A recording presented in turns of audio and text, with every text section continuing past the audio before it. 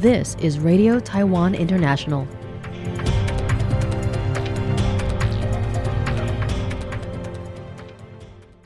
Welcome to the news on Radio Taiwan International. I'm Phil Laskowski coming to you from Taipei, Taiwan. We begin with a look at the day's top stories for Thursday, June 26th.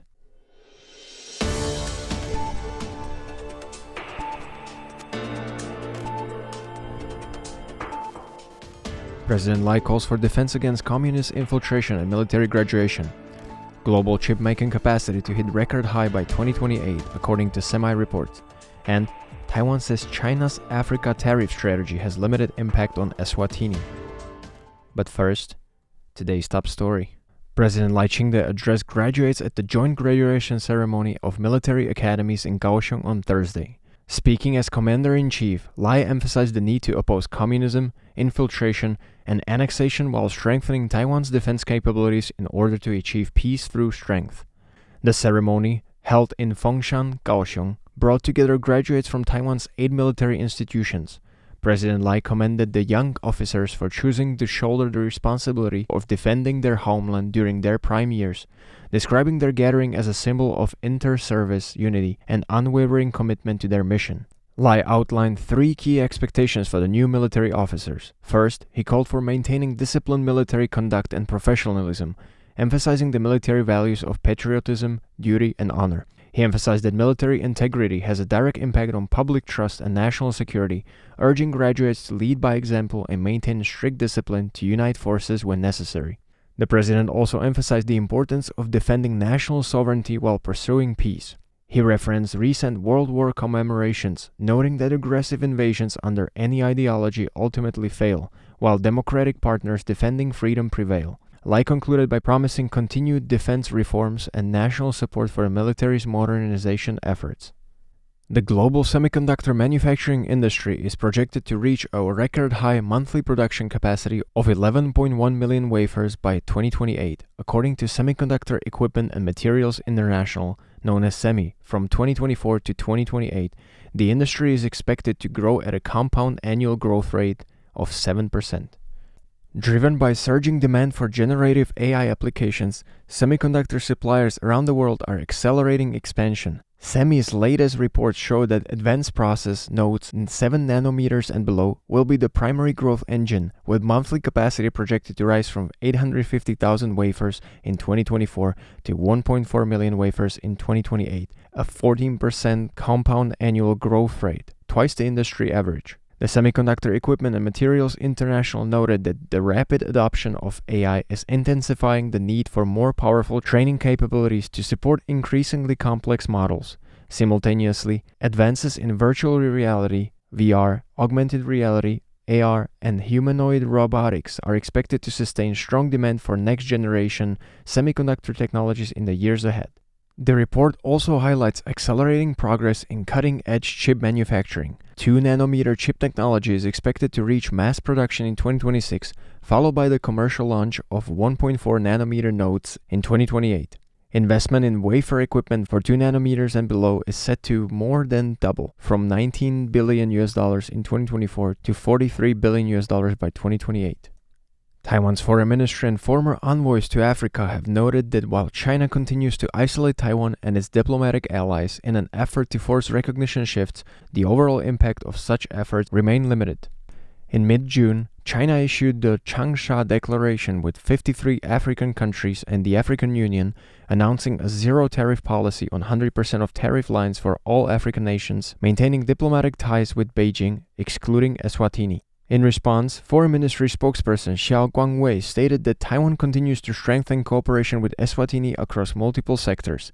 He added that China's attempt to pressure Eswatini through trade incentives has been evaluated and is believed to have only a limited impact on Taiwan's sole African ally. Morgan Zhao, former office director to the Nigeria Trade Office in Taipei and former Deputy Secretary General at the International Cooperation and Development Fund, agreed that the Changsha Declaration holds little appeal for Eswatini. He noted that Eswatini's major export markets are primarily regions neighbors such as South Africa and Kenya, not China.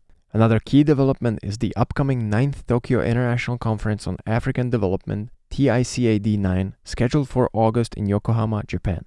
Taiwan-Japan Relations Association Secretary General Chang Renzhou noted that while Taiwan is not yet able to participate directly in the Tokyo International Conference on African Development, which is co-organized by the Japanese government, United Nations, World Bank, and various NGOs, it will seek to engage in relevant activities on the sidelines of the event involving Eswatini and Japan.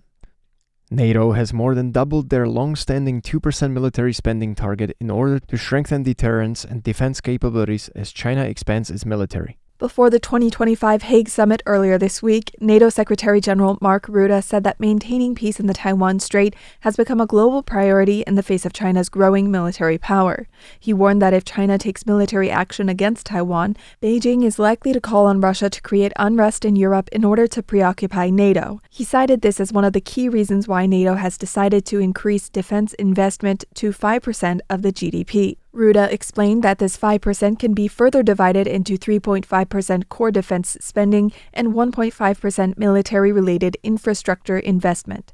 This is a significant increase from the 2% military expenditure target NATO set in 2014. 3 to 5 Chinese companies are now among the top 10 biggest defense companies globally, in stark contrast to just a few years before, noted Rutte, who also said that this shows China is rapidly expanding military capabilities. By 2030, China is furthermore expected to have 450 warships and 1,000 nuclear warheads. In addition to ensuring stability in the Taiwan Strait, Rutte also highlighted the increasing importance of cooperating with the Asia-Pacific region more broadly. Since Russia's full-scale invasion of Ukraine in 2022, the security of Europe and the Pacific region has become intertwined, making strategic cooperation between NATO and its Asia-Pacific partners even more critical. Rutte pointed out that NATO maintains close ties with Japan, South Korea, Australia, and New Zealand through a shared concern about China's military expansion. Although the leaders of these countries were unable to attend this year's NATO summit, Rutte said that cooperation is ongoing and further meetings will be arranged in the coming months. Lastly, Rutte reiterated NATO's continued support for Ukraine, emphasizing that it is fully committed to helping Kiev achieve a lasting peace deal. The major Italian newspaper Corriere della Sera has published a detailed account of how Chinese President Xi Jinping transformed from a survivor of the Cultural Revolution into a more authoritarian believer in communist ideology. One chapter of the report specifically highlights that after taking control of Hong Kong, Xi's next target is Taiwan. As tensions over the Taiwan Strait draw global attention, Corriere della Sera is distributing a 63-page special issue titled Xi Jinping, Tu Principe Rosso, the Red Prince, at newsstands across Italy. The author, Guido Santavecchi, is the paper's senior correspondent in Beijing.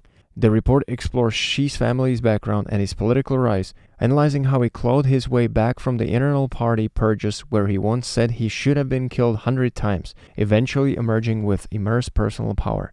The special issue notes that China has entered its 13th year under Xi's rule, yet much about his personal life and motivations remains unknown. Some observers still see him as pursuing a peaceful rise aligned with the China dream he promoted early in his tenure. Others believe Xi has been influenced by his close ally, Russian President Vladimir Putin, and may be emboldened to take military action against Taiwan, especially amid escalating US-China trade and tech tensions under the presidency of Donald Trump.